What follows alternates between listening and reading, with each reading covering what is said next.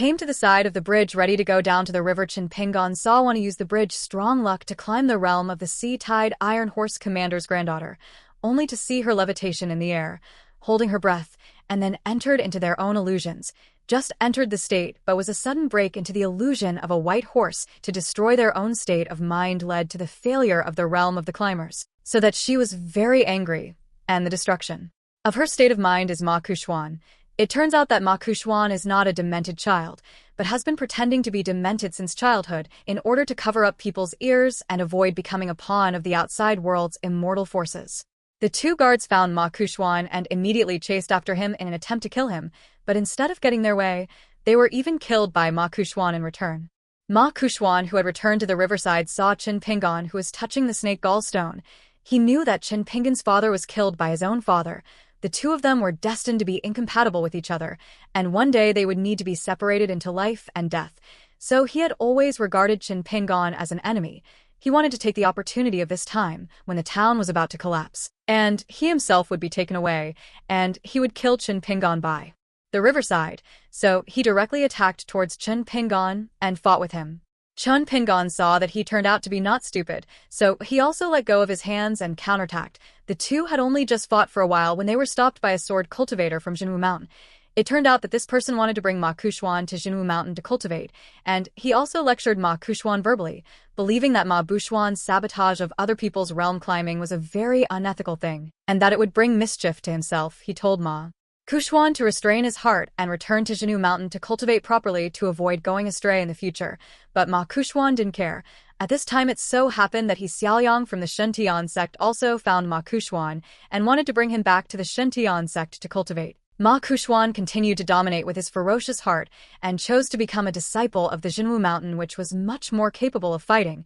It was certainly regrettable that they didn't manage to harvest Ma Kuxuan, but Xiaoyang also respected his choice. After they left, she expressed her goodwill to Chen Pingon after learning that he had an affinity with Lu Chen, and Chen Pingon courteously gave each of them a snake gallstone.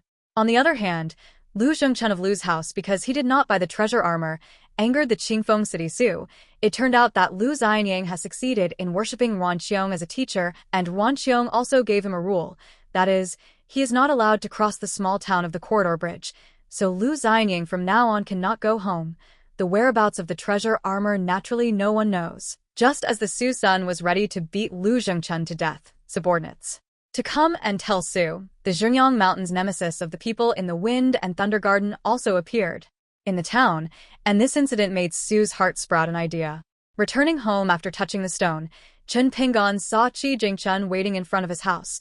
Qi Jingchen gave Chen Pingon the 2 seals he had engraved, hoping that Chen Pingon would be able to help the Mountain Cliff Academy in the future when the academy was in trouble. However, he also hoped that Chen Pingon would just do what he could within his means. But Chen Pingon, who had already considered Qi Jingchen as a benefactor, naturally said that he would do his best to help the academy, no matter what the situation was.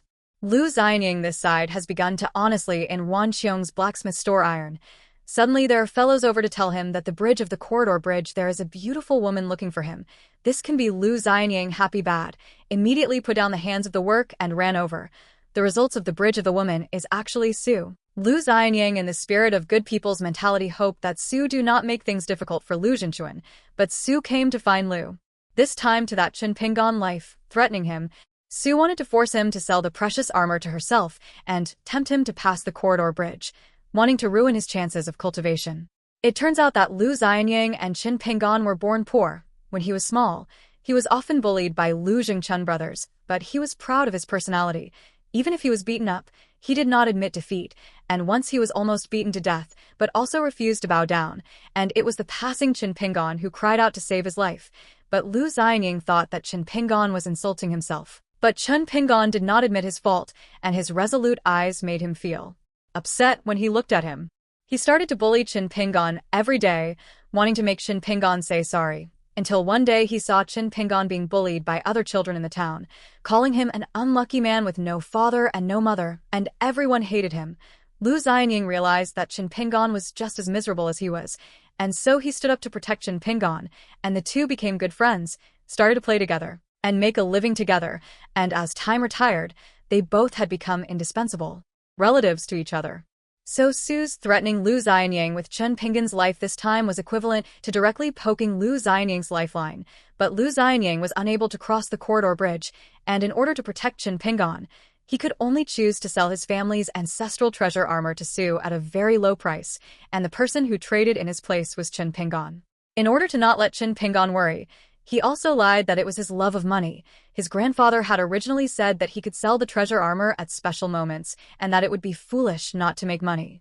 But Chen Pinggan also saw through his lies and knew that he must have been threatened by something, and although he promised on his lips to help Lu Xianying sell the treasure armor to Su, he still took out all of his belongings when he returned home and requested Ning Yao to help him protect Lu Xianying for a period of time. Cui Minghuang met his good friend, Lu Baqiao of Wind and Thunder Garden, and the two sons of the Qin clan who came with him, Qin Songfeng and Qin Dui. Cui Minghuang told Lu Baqiao that the moving mountain apes of Xingyang Mountain were also in the town, and he also found out from Lu Baqiao why Wind and Thunder Garden and Xingyang Mountain had been enemies for many generations, because the body of the old ancestor of Xingyang Mountain was still nailed to the city wall of Wind and Thunder Garden. The moving mountain ape and its little master, who were loitering on the street, happened to hear some people on the street discussing that Lu Xianying had already sold the sword scripture to Wind and Thunder Garden, and also humiliated Xingyang Mountain, instantly letting the moving mountain ape become furious, and was ready to go and teach Lu Xianying a lesson. And this group of passers-by were the subordinates of Su's clan of Qingfeng City, and Su's purpose was to borrow the hands of Xingyang Mountain to kill Lu Xianying, and to make Xingyang Mountain and Wind and Thunder Garden never be able to obtain the sword scripture, so that these two clans could not grow strong anymore. Let these two clans not be able to develop and become strong again. Su's side kept the appointment and came to Lu Xianying's home, and successfully traded away Lu Xianying's family's ancestral treasure armor from Chen Pinggan's hands. Before Su was ready to leave, Chen Pinggan asked one more time, "Is Lu Xianying not going to be in danger in the future?" But Su's ambiguous answer made Chen Pinggan realize that something was wrong, and he immediately rushed towards the blacksmith store. Lu Xianying in the corridor bridge sighed, anxiously waiting for the news of Chen Pinggan, but Su's son suddenly appeared to tell Lu Xianying. Moving mountain apes heard that Chen Pinggan helped him to sell the treasure armor, ready to go first to kill Chen Pinggan, and then to the blacksmith store to solve Lu Xianying. Lu Xianying was not very believing, but Su's son has been beside the side of the word, coupled with Chen Pinggan long time, did not show up, so that Lu Xianying incomparable worry. He really do not want Chen Pinggan because of his own death, so he ignored the rules set by Wan Xiong to him, pulling his leg on the bridge to the home to run. The results of not walked across the bridge, met the moving mountain apes came to find his trouble. Moving mountain apes did not say anything, directly out of the heavy fist, and even a number of punches in the body of Lu Xianying to the dying. He did not put Lu Xianying directly to death because he was afraid of killing people in the town. Was Qi Jingchun expelled from the town. Wait until Chen Pinggan rushed to the corridor bridge, see only lying in the arms of Wan Qiong, already dying Lu Xianying. Because of Qiong's special identity, he could not avenge his disciple at this time. Lu Xianying, who was dying, finally told Chen Pinggan the truth, and he hoped that Chen Pinggan would not feel guilty because of it, because selling the precious armor was his own decision, and he did not want Chen Pinggan to die, but he did not think that he, who was originally not afraid of the sky and the earth, was so afraid of death, and it turned out that death was so horrible. In the end, what is the fate of Lu Xianying? The subsequent episodes we will see you in the next installment.